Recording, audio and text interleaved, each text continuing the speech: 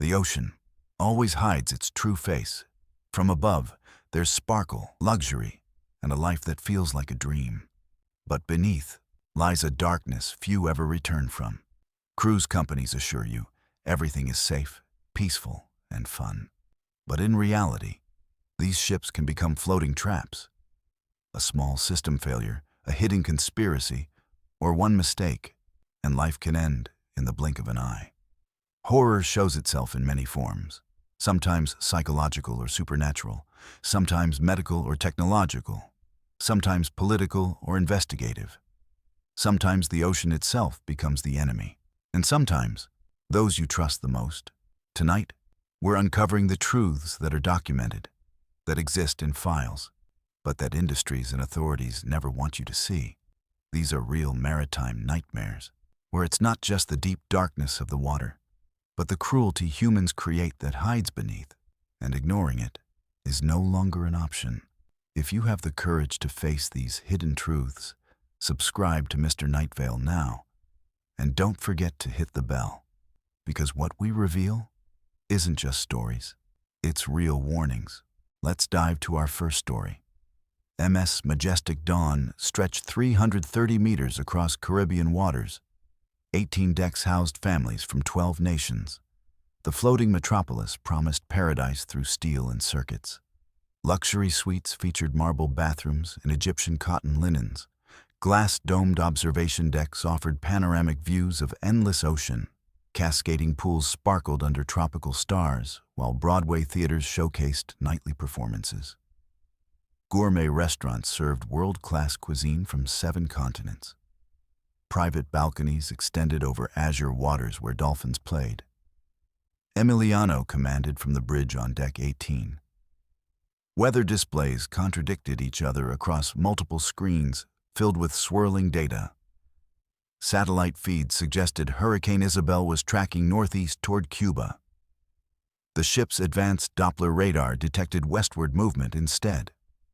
Violent rotation heading directly into their projected path. Behind him, Brooklyn worked navigation controls with practiced precision. Her fingers danced across touchscreens, calculating routes through busy Caribbean shipping lanes. Jace coordinated communications with Royal Caribbean headquarters in Miami. Operations confirms clear passage through the corridor, he reported confidently. Lorenzo, the Colombian weather specialist with 15 years' experience, frowned at his sophisticated monitors. Local readings show rapid intensification beyond normal parameters, he warned with growing concern. Barometric pressure dropping faster than any models predict. Archer scanned radar for approaching vessels throughout the region. Electronic blips represented dozens of ships scattered across Caribbean waters. Below deck 7 in their luxurious junior suite, Bella and Jameson enjoyed their anniversary cruise celebration.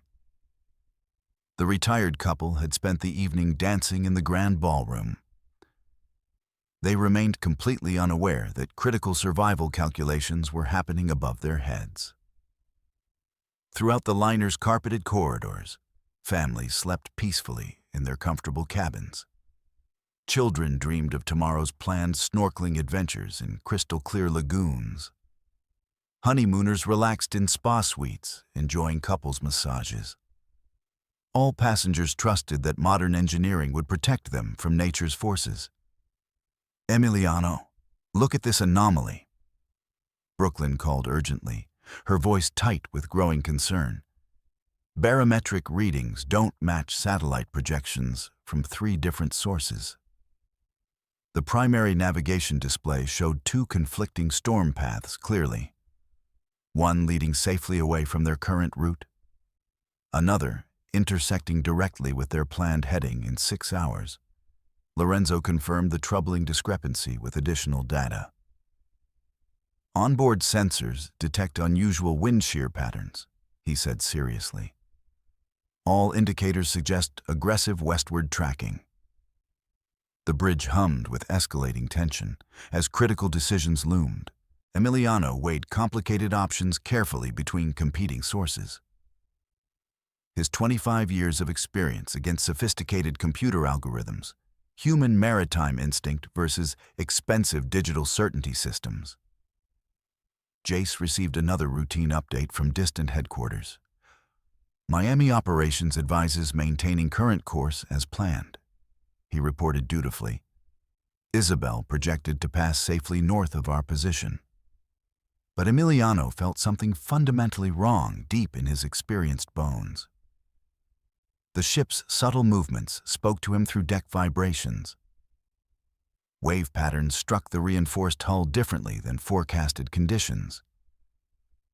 "Override all navigation systems immediately," Emiliano commanded with authority. His Venezuelan accent cut through the ambient bridge noise. Brooklyn hesitated briefly at her station. "Sir, that directly contradicts established company protocol," she responded professionally. He moved decisively to manual controls. The massive 70,000-ton vessel responded to his experienced touch. "Log complete command responsibility for this decision," he ordered firmly. "Emergency course correction authorized under maritime safety provisions." Jace typed rapidly on his keyboard, documenting crucial decisions that could potentially end Emiliano's distinguished career. The luxury liner began turning slowly but deliberately. Advanced stabilizers worked overtime to counteract the significant direction change. Passengers throughout the ship stirred as their floating paradise shifted course noticeably. Crystal glasses slid across polished restaurant tables. Swimming pools sloshed gently against their decorative edges. Most travelers remained completely oblivious to the unfolding bridge drama. Automatic security protocols activated throughout all decks. Loose items were systematically secured. Safety barriers engaged silently throughout the massive ship. Lorenzo watched his sophisticated instruments with mounting alarm. Wind velocity increasing rapidly beyond safe parameters, he reported with urgency. Wave heights building well beyond original forecast parameters. Archer detected unusual swells approaching steadily from the southeast. "These wave patterns don't match any standard hurricane behavior," he observed with confusion. Emiliano trusted their local readings over distant satellite interpretation completely. Years of hands-on maritime experience validated his controversial choice to challenge corporate directives. 30 minutes after the dramatic course correction, updated satellite imagery began arriving. The new real-time data confirmed the ship's sophisticated local readings. Hurricane Isabel had indeed intensified dramatically westward. Her massive eye tracked directly through exact coordinates where majestic dawn would have been. Brooklyn's voice carried newfound respect and amazement. "Emiliano, your instinctive decision saved every soul aboard," she said gratefully. "We avoided encountering dangerous 100-knot winds." Jace documented the successful navigation override for company review. 1 hour later, passengers began sensing the calmer conditions. Swimming pools stabilized to their normal gentle motion. Restaurant service continued without interruption. Families gathered confidently for late-night entertainment. Children played safely in supervised activity centers. Adults enjoyed cocktails on spacious deck areas. None realized they had sailed skillfully around potential catastrophe. Dawn painted the ship's superstructure brilliant gold. Passengers throughout 18 decks woke to calm seas and clear skies. Families gathered eagerly for elaborate breakfast buffets. Children rushed excitedly to multiple swimming pools. Adults planned detailed shore excursions for upcoming ports. None realized they had navigated around maritime disaster. Bella opened her sweet curtains to brilliant Caribbean sunrise. "What a perfectly beautiful morning for paradise," she told Jameson contentedly. On the command bridge, Emiliano reviewed the eventful night's critical events. "Brooklyn, prepare comprehensive navigation report for corporate analysis," he instructed professionally. "Lorenzo, Document weather system limitations during rapid storm development. The experienced team worked systematically to compile valuable lessons learned. Archer secured sophisticated radar equipment methodically. "How did you know the hurricane would change direction?" he asked with genuine curiosity. Emiliano looked thoughtfully toward the distant horizon. Isabel continued her destructive path hundreds of miles away. 25 years listening carefully to the ocean's voice. He replied wisely. Computers process available data very efficiently. He continued reflectively. But sophisticated machines can't feel approaching storms. Jace completed detailed incident documentation. Corporate review will validate your sound judgment. Brooklyn nodded thoughtfully. This experience taught me that sensors have definite boundaries. Digital guidance promises mathematical certainty, but the ocean writes its own rules. When satellite systems fail and computers misread the signs, human intuition stands as the last defense between safety and disaster. Advanced prediction can forecast most storms, but only experienced hands notice when the sea chooses a different path. Trust your instincts. Machines don't feel the rhythm of the waves. Let's sail to our second story. The North Atlantic stretched like polished steel beneath October stars, 200 miles south of Iceland, where ancient currents collide in perpetual silence. M's ocean paradise cut through these waters with the confidence of modern engineering, her passengers believing that radar could see everything. The technology had tamed the sea's most violent secrets. Harold Brennan sat beside his wife Dorothy in the crystal dining room on Deck 4, celebrating their 50th wedding anniversary with champagne and lobster thermidor. The 73-year-old retired factory worker from Detroit had saved for 3 years to afford this cruise, his first vacation since heart surgery 6 months earlier. "Can you believe we're actually here?"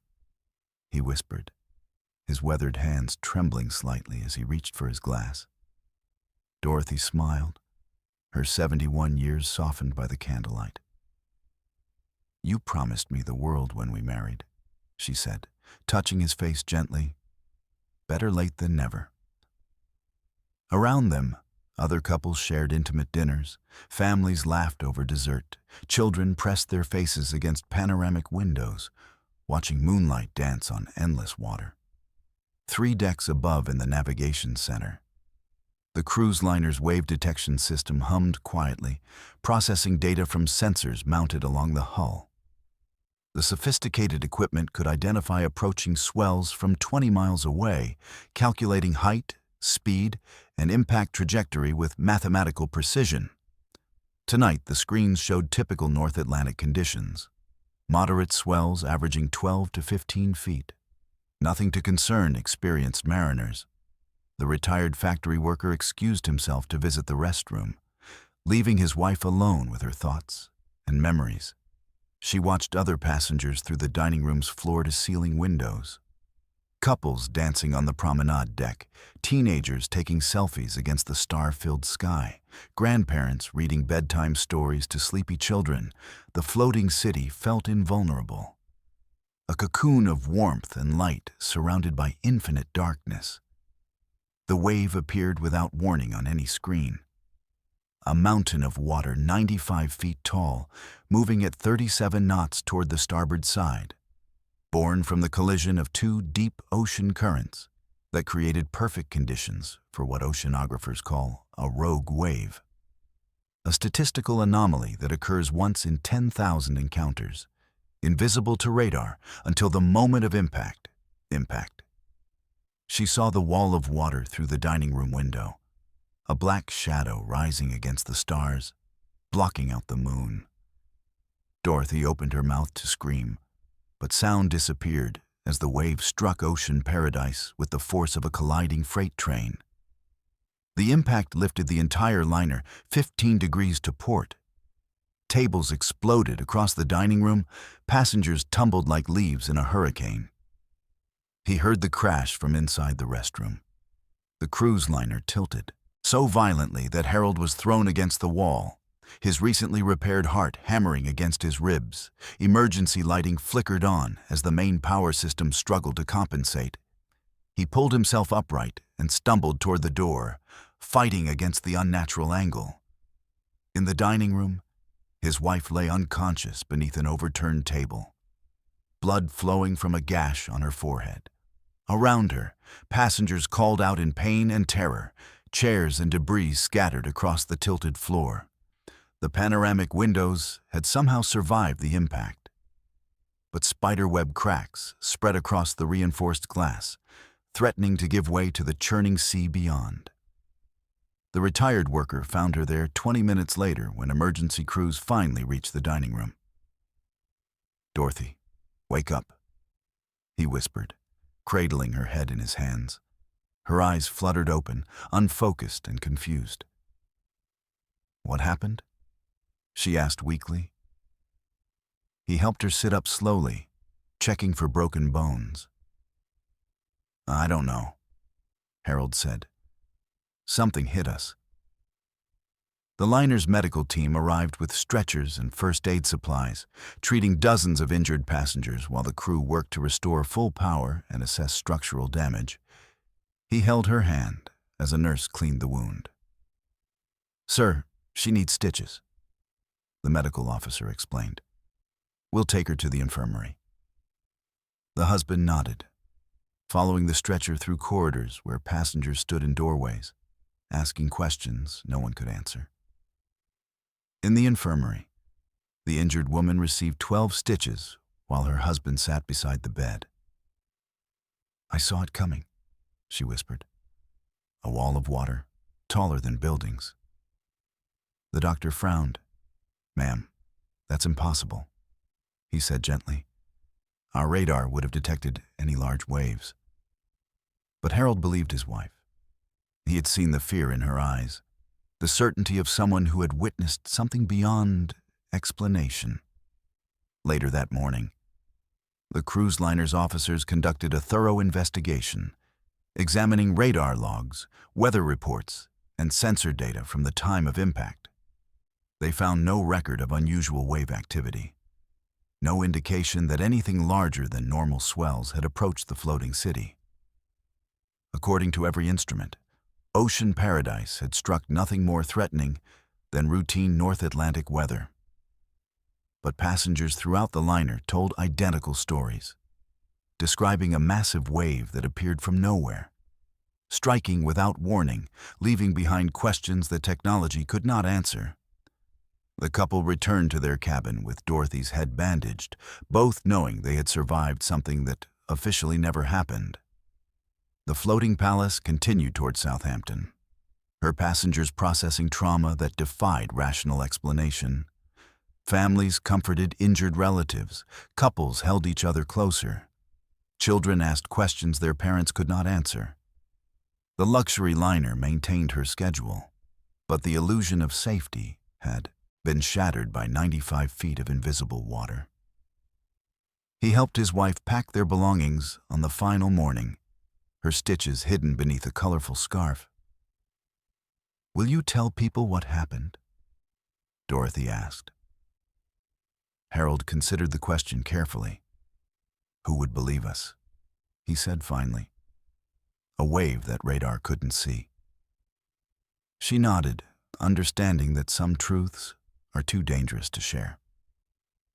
As Ocean Paradise docked in Southampton, the elderly couple walked down the gangway together, survivors of an encounter that existed only in their memories and the memories of 800 other passengers. The cruise liner's officers filed their reports, documenting equipment malfunctions and passenger injuries, but never mentioning the wave that should not have existed. Advanced radar systems scan thousands of miles. Yet a single rogue wave can appear from calm seas without warning. No technology can detect every threat the ocean holds. Remember this: the sea's greatest weapon isn't its size. It's its ability to strike when you feel safest. Let's turn to our third story. Georgia pressed her palm against the cold metal of the emergency generator housing, feeling vibrations that meant life or death. For 3,700 passengers trapped in absolute darkness, the celestial Voyager had been dead in the water for 43 minutes. Every digital system fried by a lightning strike that defied meteorological explanation. No storm clouds had appeared on any radar. No weather warnings issued. Just a single bolt from clear skies that turned their floating paradise into a tomb. The 28-year-old electrical engineer from Barcelona had been reviewing power distribution logs in the engine room when the strike hit. Every screen went black simultaneously. Backup systems failed to engage, emergency lighting never activated. She found herself alone in mechanical spaces that suddenly felt like underground caves, armed only with a hand-crank flashlight and 15 years of training that never covered this scenario. "Engineering to bridge. Come in." She spoke into her radio. Static answered back. Every communication system had been destroyed in the electromagnetic pulse that followed the lightning strike. Georgia began climbing through maintenance shafts toward the upper decks, her flashlight beam dancing across pipes and cables that should have been humming with electricity. The silence felt unnatural, oppressive, like the ship itself had died. Above her in the grand atrium on Deck 5, passengers sat in complete darkness, families huddled together on marble floors, parents comforting crying children with promises they couldn't keep. Elderly couples held hands and whispered prayers in languages from around the world. Teenagers used their cell phones as flashlights until the batteries died. Then they too joined the collective silence of people beginning to understand their situation. Juniper guided blind passengers through the Constellation Lounge using only touch and voice. The 34-year-old cruise director from Liverpool had been trained for fire emergencies, medical crises, even piracy attacks, but never total electrical failure in the middle of the Atlantic. She moved between passenger groups, maintaining calm through sheer force of personality. "The crew will restore power soon," she told everyone, knowing she had no evidence to support that hope. Georgia reached Deck 3 and encountered her first passengers, their faces illuminated by the faint glow of her flashlight. "Are you crew?" an elderly man asked desperately. "When will the lights come back?" She avoided giving false promises. "I'm working on it," she said simply, continuing her journey toward the engine control room, where she hoped to find manual override switches that might restore partial power. The liner's backup generator room lay sealed behind heavy steel doors that required electronic locks to open. Locks that no longer functioned without power. Georgia studied the problem with growing desperation. She could hear the main engines cooling down, the vessel beginning to drift with current and wind. Without propulsion or steering, the celestial Voyager would be at the mercy of whatever weather systems developed, using emergency tools from a nearby maintenance locker. She began dismantling the door's locking mechanism, each bolt removed with precision despite her trembling hands. Passengers throughout the cruise liner were counting on her expertise, on her ability to bring back the electricity that meant safety, communication, navigation, and ultimately survival in the middle of 3,000 miles of ocean. Juniper discovered passengers attempting to break into crew-only areas, panic spreading like infection through the darkened corridors. "Please return to public spaces," she called out, her voice carrying authority despite the fear she felt inside. Families were becoming separated in the darkness, children calling for parents they couldn't see, adults stumbling through unfamiliar layouts they had memorized in daylight. The lock mechanism finally gave way, and Georgia entered the generator room. Her flashlight revealed control panels that looked like ancient relics without their digital displays. She traced power circuits by memory, looking for manual switches that could bypass the fried electronic systems. Each connection checked and rechecked because a single mistake could cause fires or explosions that would doom everyone aboard. She found the manual start sequence for emergency generator number 2, a complex procedure requiring precise timing and careful coordination. Between mechanical switches, Georgia began the startup process, turning valves and adjusting controls in a specific order that would either restore power or fail completely. The generator coughed to life, then died, then coughed again. Throughout the floating city, passengers waited in darkness that seemed to grow thicker with each passing hour. Some prayed silently, others told stories to distract frightened children. Couples made promises about life after the cruise, assuming there would be an after. The air grew warmer as ventilation systems remained offline. Creating stuffiness that made breathing feel labored, Juniper organized passengers into groups, each led by volunteers who could navigate in darkness. She distributed bottled water from emergency supplies and tried to maintain schedules that gave people hope. "Dinner will be served as soon as power returns," she announced, though she knew the kitchens were useless without electricity. Refrigeration systems offline, food beginning to spoil. The emergency generator finally caught and held. Georgia felt tears of relief as she heard the engine settle into a steady rhythm. She began connecting essential systems one circuit at a time. Emergency lighting first, then basic ventilation. Communications equipment last. Each system required manual activation and careful monitoring to prevent overload. Faint emergency lighting flickered on throughout the luxury liner. Passengers cheered as red exit signs illuminated corridors and stairwells. The celebration was brief as reality set in. This minimal lighting provided safety but couldn't power navigation systems, engines, or long-range communications.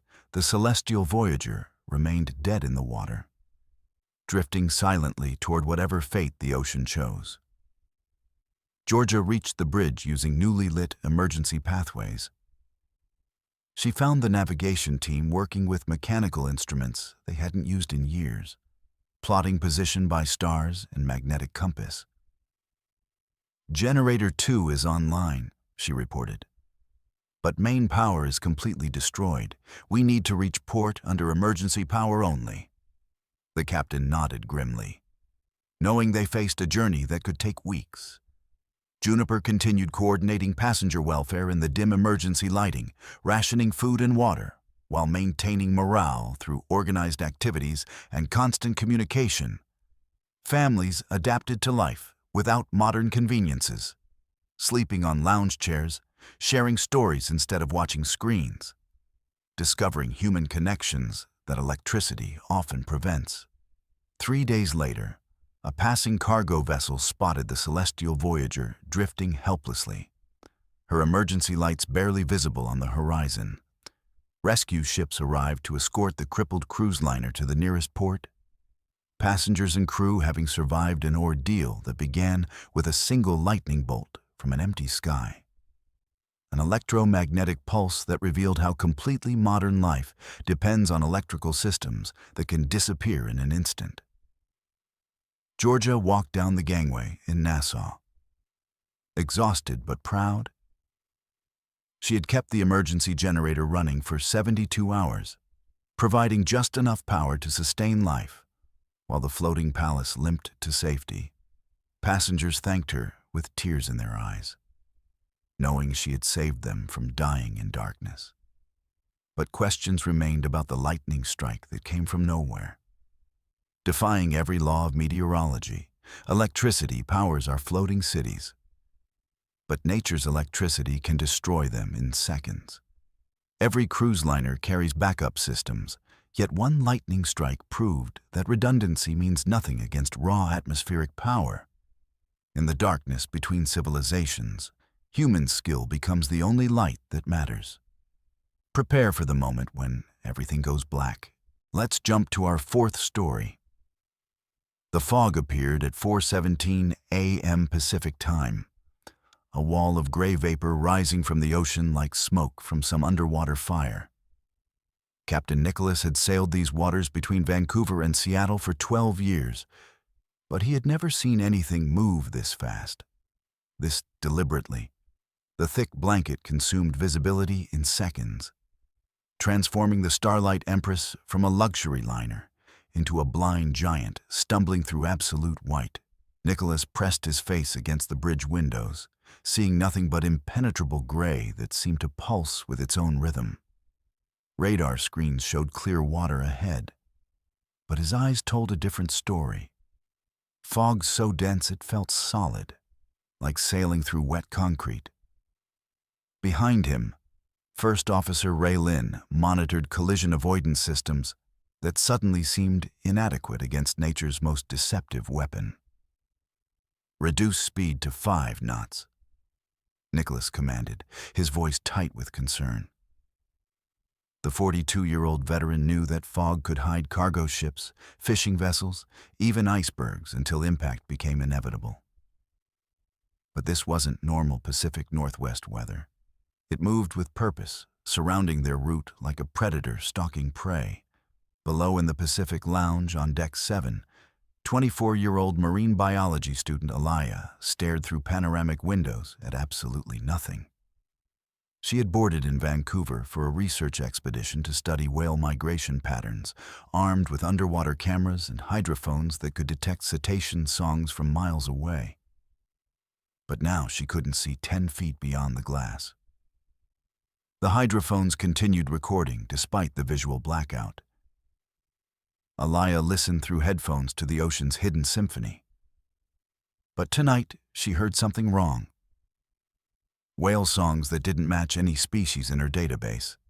Calls that seemed to come from directly beneath the ship. Massive creatures moving in formations that marine mammals never exhibited.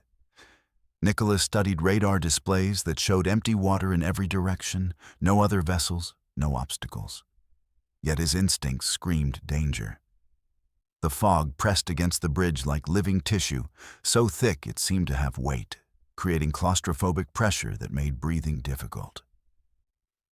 "Raylan, sound the foghorn every 30 seconds, he ordered, following maritime protocol that felt uselessly inadequate. Alaya recorded whale calls that defied scientific explanation, songs that contained mathematical patterns too complex for natural evolution. Frequencies that seemed designed to communicate with something other than marine mammals. She checked her equipment repeatedly, convinced the recordings were corrupted, but the hydrophones functioned perfectly, capturing sounds that shouldn't exist. The Starlight Empress moved through fog so dense it created its own weather system, moisture condensing on every surface, creating rivers of water that flowed down windows and railings. Passengers huddled in interior spaces, afraid to venture onto decks where they could become lost within feet of safety. The luxury liner felt smaller somehow, compressed by the gray void surrounding it. Raylin monitored GPS coordinates that placed them exactly on course, but Nicholas no longer trusted electronic navigation. He ordered lookouts posted at the bow with emergency flares. Sailors who could shout warnings if they spotted obstacles invisible to radar. The fog seemed to absorb sound as well as light, making communication feel muffled and uncertain. Alaya's recordings revealed whale songs that synchronized with the ship's movement, as if massive creatures were pacing the Starlight Empress through the fog. She mapped the acoustic signatures, discovering patterns that suggested intelligence, planning, coordination between multiple species that never traveled together. The implications challenged everything she understood about marine behavior. Hours passed without visual contact with anything beyond the fog wall.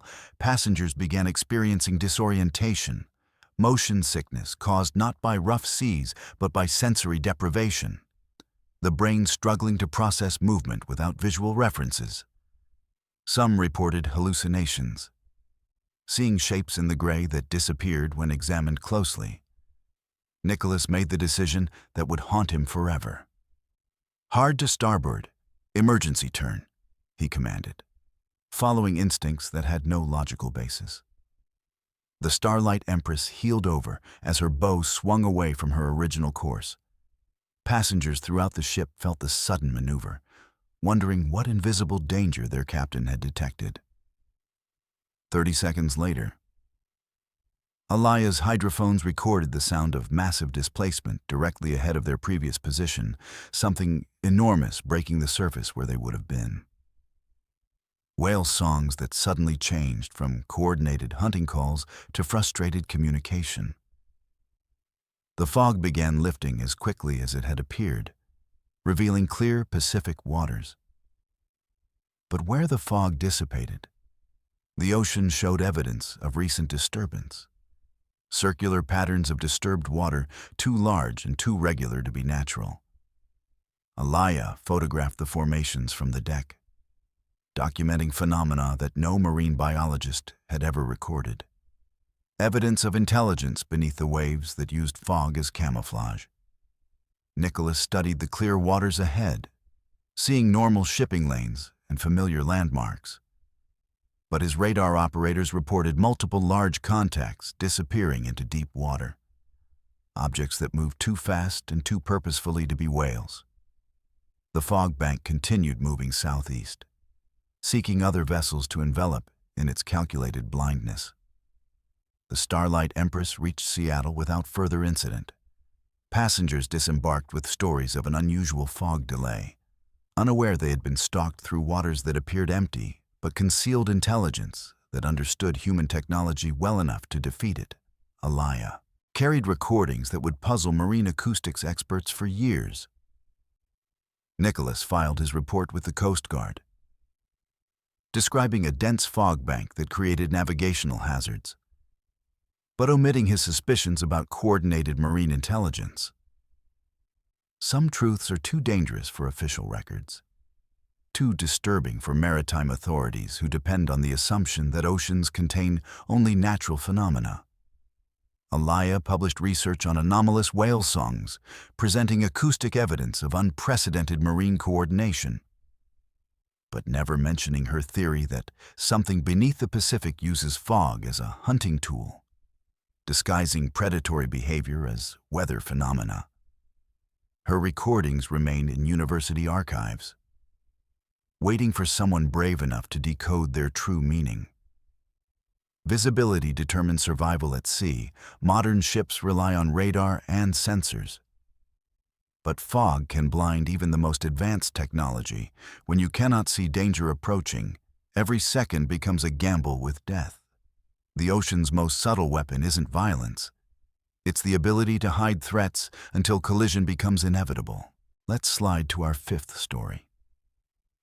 "Happy birthday, sweetheart," Julia whispered softly. 16-year-old Serenity blew out snowflake candles. The Nakamura family chose this Arctic cruise. They wanted to see northern lights together. Tonight, thick clouds hid the aurora. Something sinister developed outside their suite. The luxury cabin felt warm and safe.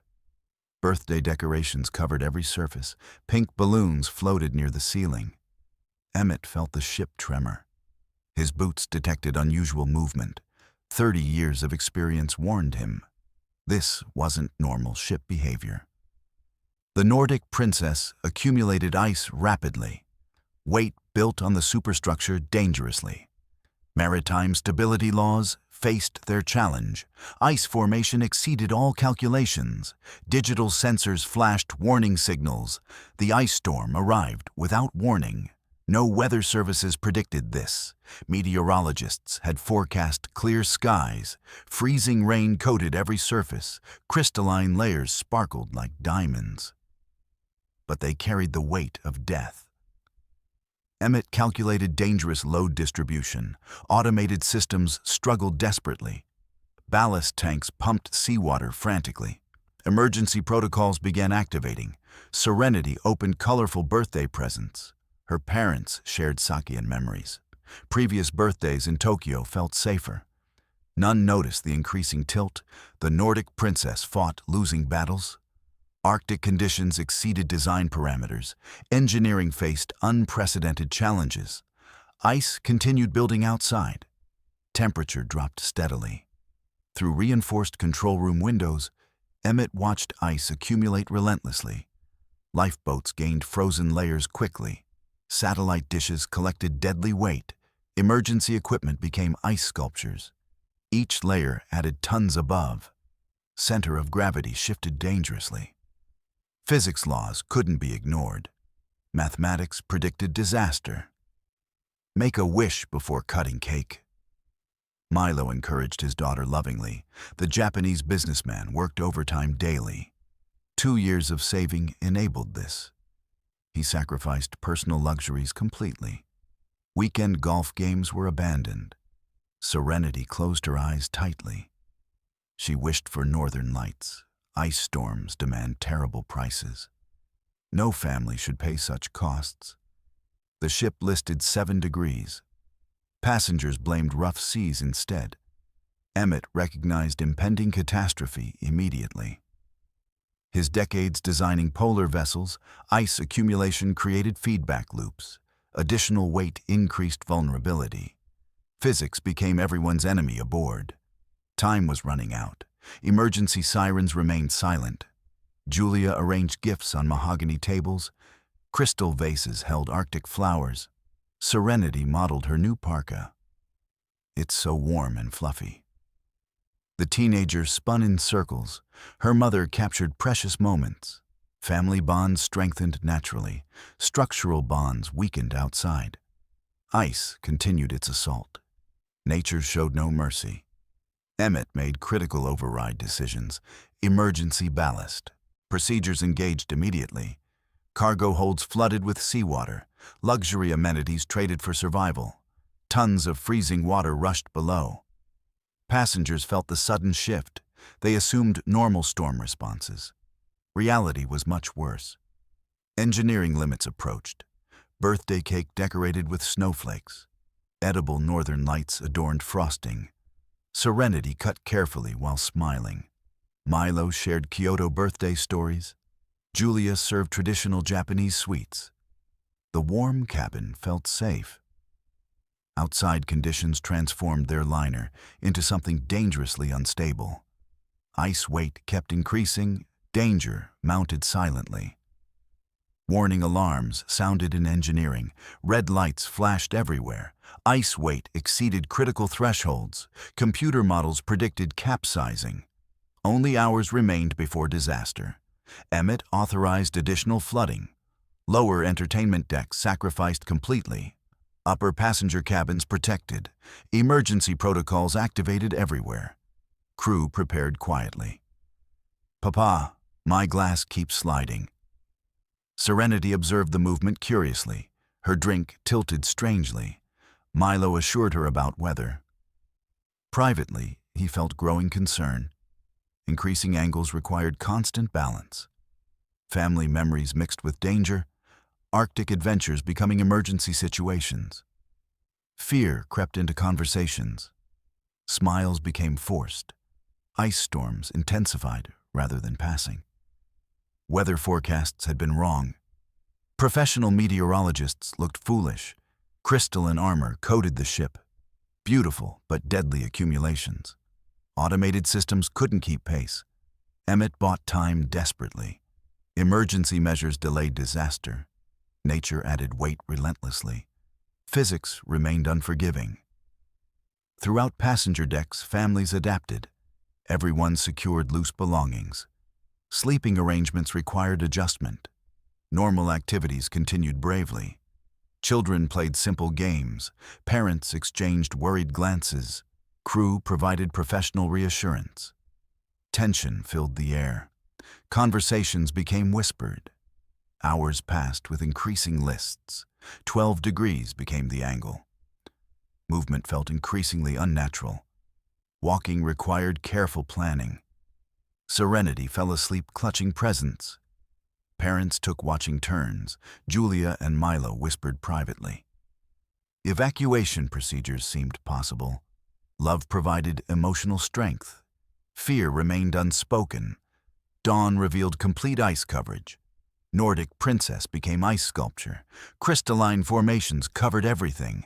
Maritime architecture looked magnificent. Under different circumstances, it's beautiful. Emmett prevented complete capsizing. Ship remained dangerously unstable. Rescue became necessary. Time was critical. Emergency radios brought rescue news. Norwegian icebreakers approached rapidly. Coast Guard vessels equipped specially. Arctic rescue operations began. Helicopters circled overhead. Passengers organized evacuation procedures. Crew maintained professional order. Severe conditions challenged everyone.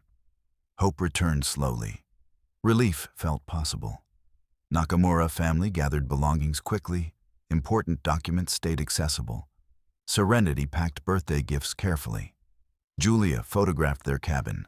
Milo ensured passport security. Birthday memories mixed with survival. Family preparations became urgent. Time was limited. Evacuation horns sounded. Systematic evacuation proceeded smoothly. Icebreakers escorted damaged vessels. Passengers transferred to rescue ships. Emmett remained with essential crew. Engineering expertise prevented complete disaster.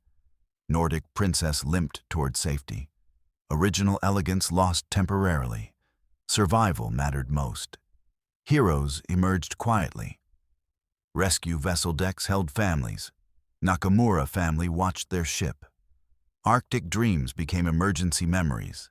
Serenity carried 16th birthday experiences. Parents processed adventure emotions. New understanding about survival gifts. Some presents come wrapped dangerously. Life lessons learned, gratitude replaced fear. Back in Norwegian ports, families reunited safely. Medical teams checked everyone. Serenity's birthday became legendary. Julia and Milo felt grateful. Their daughter survived her milestone. Engineering reports documented everything. Ice accumulation broke records. Nordic Princess required extensive repairs. Future cruises needed better preparation. Safety protocols updated. Media covered the rescue. International headlines featured survival. Emmett received recognition quietly. His expertise saved lives. The Nakamura family returned home. Tokyo welcomed them warmly. Serenity's classmates heard stories. Her 16th birthday unforgettable. Arctic adventures gained new meaning. Family bonds strengthened permanently. Stability systems control massive ships. Advanced engineering protects passengers. But ice accumulation follows no manuals. Nature adds weight relentlessly. Machines cannot always compensate. Physics becomes humanity's greatest enemy. Family bonds grow under pressure. Love cannot defy gravity. Survival means holding tight, while everything else slides away. Remember this lesson always. Let's cook up our 6th story. The explosion shattered windows on Deck 4 at exactly 3:42 a.m., ripping through the main galley of the Crystal Majesty with a force that registered on seismographs in nearby Bermuda. Head chef Antoine Dubois had been preparing breakfast pastries when the industrial gas line ruptured, transforming his kitchen into an inferno that would test every safety protocol aboard the floating city, carrying 3,800 souls.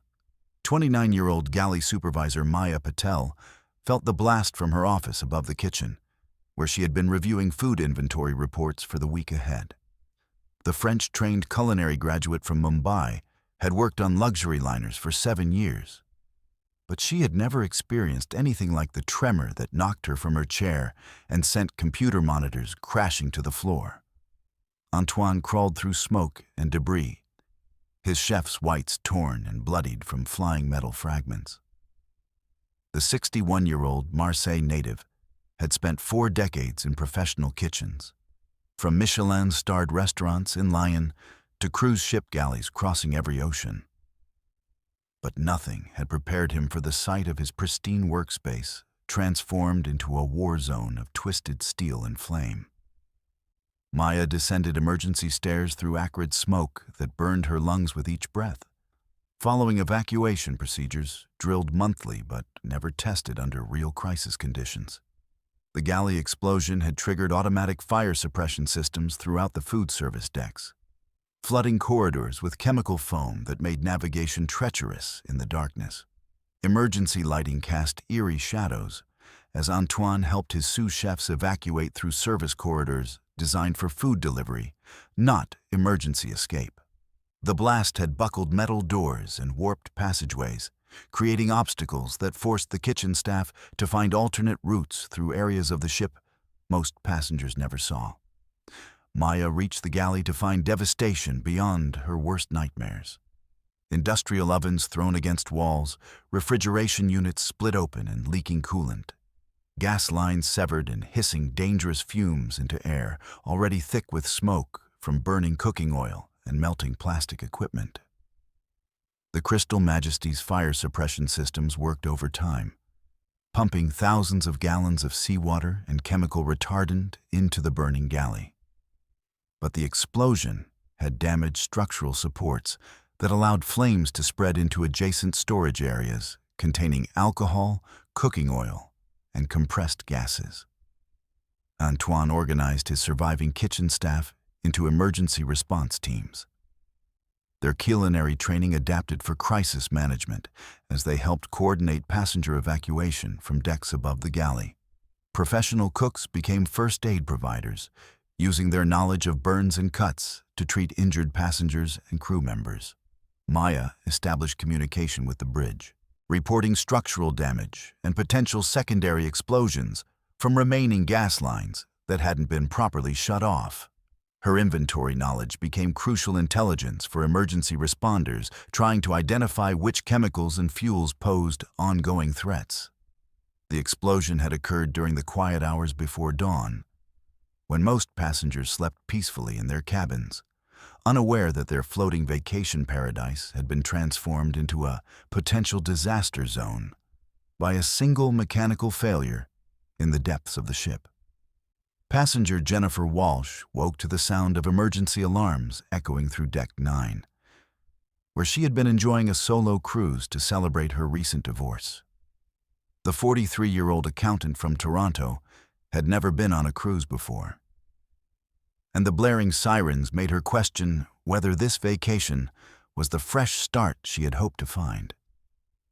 Her cabin steward Roberto knocked urgently on her door, explaining in broken English that all passengers needed to report to muster stations immediately. The young man from the Philippines had worked cruise ships for 3 years, but the fear in his eyes told Jennifer this wasn't a routine drill. Captain Torres made the decision to alter course toward the nearest port in Bermuda, while emergency crews fought to contain fires and prevent further explosions. The galley disaster had eliminated the ship's primary food preparation capabilities, creating logistical challenges for feeding thousands of passengers during the emergency transit. Jennifer joined hundreds of other passengers in the main theater, where crew members distributed life jackets and explained emergency procedures.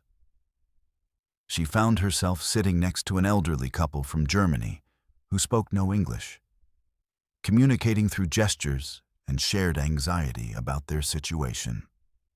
Antoine worked alongside Maya to establish emergency feeding stations using portable equipment salvaged from undamaged areas, their professional partnership transcending the chaos as they focused on maintaining passenger nutrition and morale during the crisis. They organized cold sandwiches and bottled water distribution, ensuring no passenger went hungry despite the destruction of their main kitchen facilities. Maya coordinated with housekeeping staff to identify alternate food storage areas throughout the ship, her comprehensive knowledge of cruise operations proving invaluable when normal supply chains were disrupted. Every minibar, room service pantry, and specialty restaurant became part of an improvised food distribution network. The smoke from the galley fire created air quality concerns throughout the ship, forcing crew members to distribute masks to passengers with respiratory conditions. Jennifer helped translate for non-English speaking passengers, her basic Spanish and French proving useful in the international emergency response effort. Antoine discovered that the explosion had been caused by faulty maintenance, pressure valves that should have been replaced 6 months earlier according to manufacturer specifications. Corporate cost-cutting measures had delayed essential safety updates, transforming routine kitchen operations into death traps for unsuspecting crew members. Investigation teams later determined that a faulty pressure valve in the main gas supply had failed catastrophically, causing the explosion that should have been prevented by regular maintenance protocols. The disaster highlighted vulnerabilities in cruise ship infrastructure that passengers trusted implicitly. Maya testified before maritime safety boards about the need for better emergency training in food service areas. Her first-hand experience driving reforms in galley safety procedures across the cruise industry. Her detailed reports became required reading for culinary professionals working aboard passenger vessels. Jennifer returned to Toronto with a new appreciation for cruise ship safety procedures and the dedicated crew members who risked their lives to ensure passenger welfare. Her solo vacation had become an education in human resilience and professional competence under extreme pressure. Antoine retired from cruise ship cooking after the Crystal Majesty incident, opening a small restaurant in Provence where he could control every aspect of kitchen safety personally. His experience during the explosion haunted him, but also inspired innovations in emergency kitchen design that would protect future generations of maritime culinary professionals. The Crystal Majesty underwent extensive repairs and safety upgrades before returning to service, with new galley equipment designed to prevent similar explosions and improved evacuation routes for food service personnel working in the ship's most dangerous areas.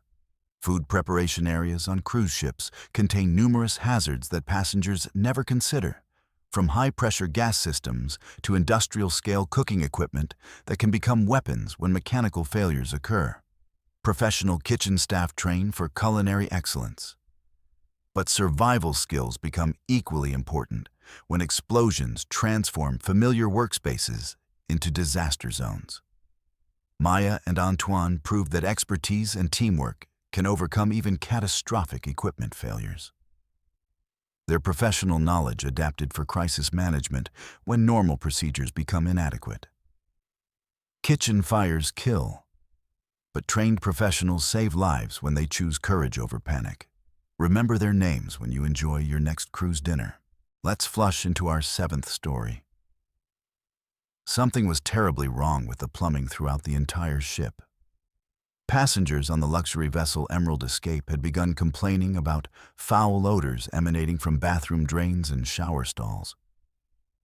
But nobody could have predicted that a complete sewage system failure would transform their dream vacation into a sanitation nightmare that would make international headlines. Environmental engineer Clark Patterson had been enjoying a well-deserved vacation with his wife Sarah when the first reports of backed-up toilets reached the ship's maintenance department. The 54-year-old specialist from Denver had spent 3 decades designing waste management systems for major cities. But he had never encountered anything like the systematic failure developing beneath his feet. Ship maintenance supervisor Tracy Williams discovered that the primary sewage pumps had stopped functioning during the overnight hours, allowing waste from 4,000 passengers and crew to back up through the ship's complex plumbing network, creating health hazards that violated every maritime sanitation regulation. Clark volunteered his expertise when he learned about the crisis, working alongside Tracy to assess the damage and develop emergency solutions for a problem that threatened to contaminate fresh water supplies and create disease outbreaks among the ship's population confined at sea. The Emerald Escape's waste management system had been overwhelmed by a combination of mechanical failures and design flaws that allowed solid waste to accumulate in pipes throughout multiple decks, creating blockages that forced sewage to flow backward into passenger cabins through floor drains and toilet connections. Tracy coordinated emergency repairs while dealing with increasingly angry passengers who demanded answers about the disgusting conditions developing in their expensive accommodations, where bathroom facilities had become unusable and hallway carpets showed signs of contamination from overflowing waste systems. Clark's engineering analysis revealed that the ship's sewage system had been improperly designed for the vessel's passenger capacity, with undersized pumps and inadequate backup systems that created vulnerabilities during high usage periods, when thousands of people simultaneously used bathroom facilities. Passengers began developing symptoms of gastroenteritis and respiratory irritation caused by exposure to sewage gases and bacterial contamination that spread through the ship's ventilation systems, turning luxury suites into health hazards that required immediate evacuation and professional cleaning. Tracy implemented emergency protocols that restricted water usage throughout the ship, while her maintenance crew worked around the clock to restore basic sanitation services. But the damage to passenger confidence and ship operations had already created a public relations disaster for the cruise line. Clark worked with the ship's engineering staff to design temporary solutions using portable pumps and emergency plumbing connections that could restore basic waste management capabilities. But the makeshift repairs could only provide temporary relief for the underlying system failures. The sewage crisis forced the ship's captain to make an emergency port call in Jamaica, where passengers could disembark and the vessel could undergo extensive repairs to restore proper sanitation systems. But hundreds of travelers had already been exposed to dangerous bacterial contamination. Tracy supervised the massive cleanup operation that required professional hazmat teams to decontaminate affected areas of the ship, while passengers filed lawsuits claiming that inadequate maintenance and poor design had endangered their health during what should have been a relaxing vacation.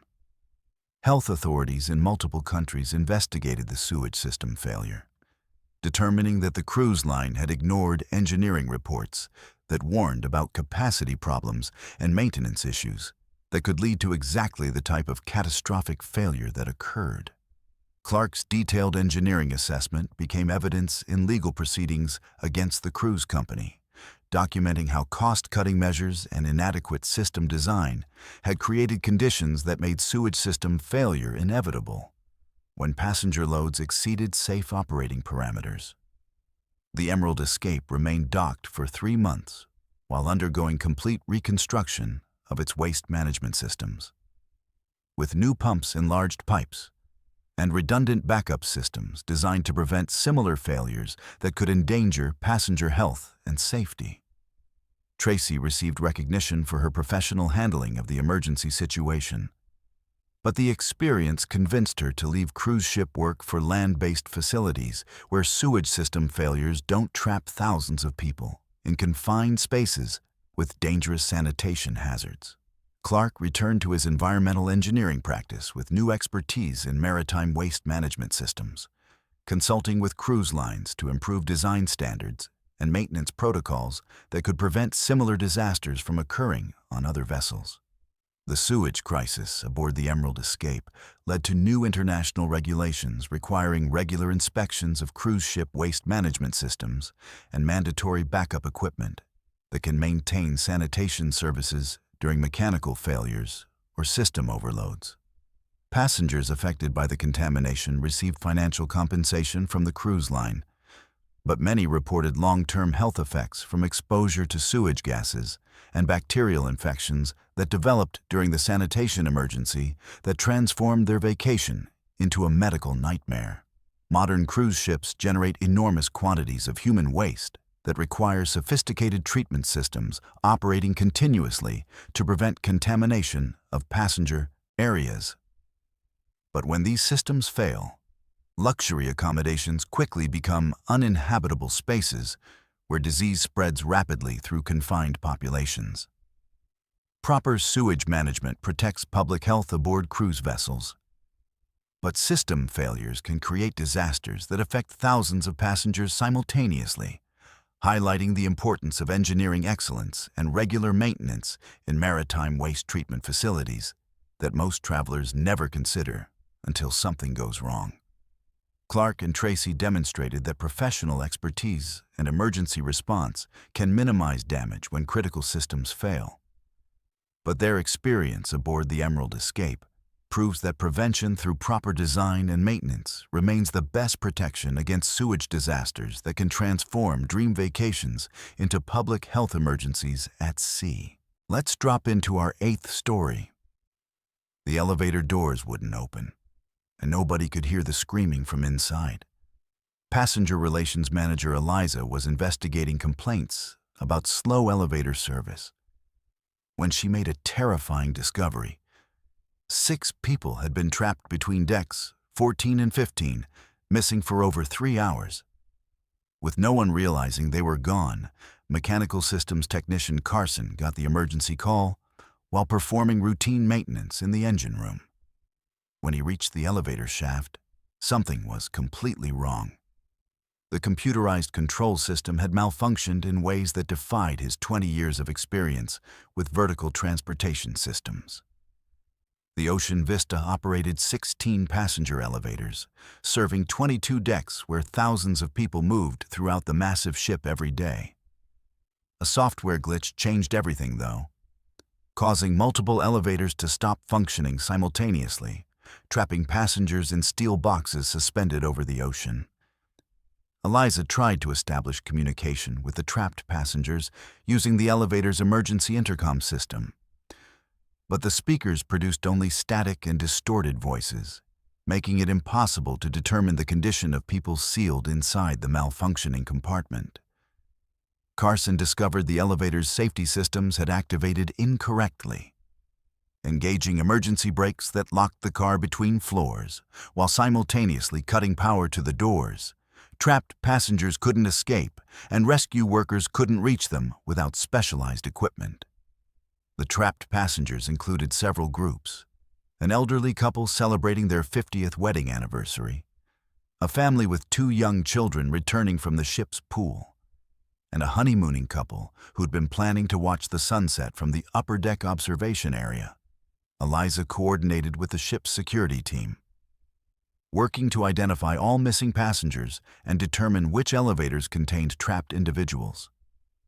The computerized tracking system showed conflicting information, making it difficult to locate everyone who might be sealed inside other malfunctioning elevator cars.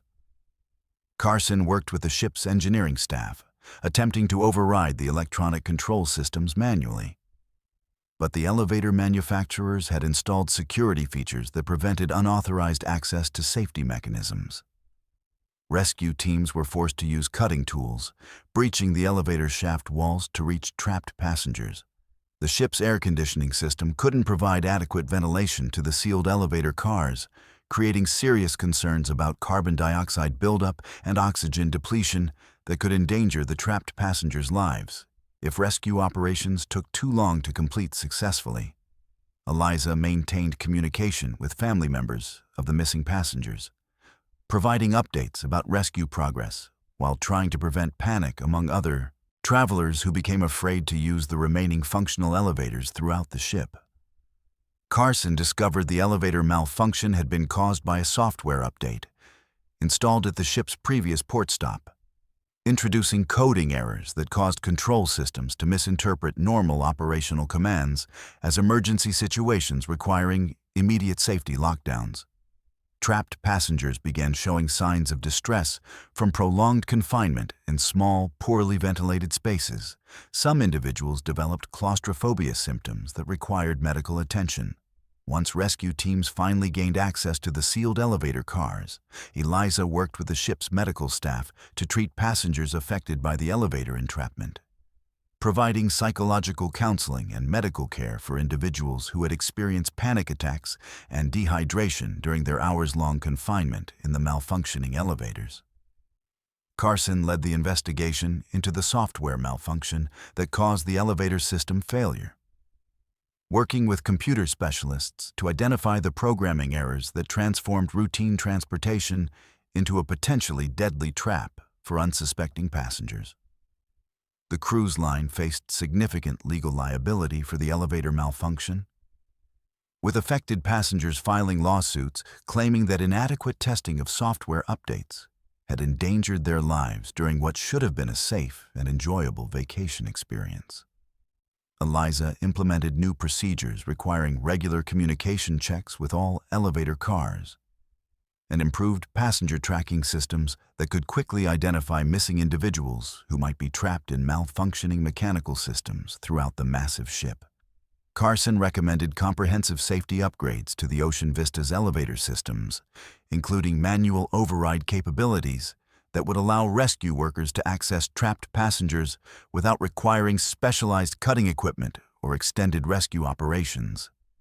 The elevator malfunction investigation revealed that similar software problems had occurred on other ships operated by the same cruise line. But company executives had failed to issue warnings or implement preventive measures that could have avoided the Ocean Vista incident.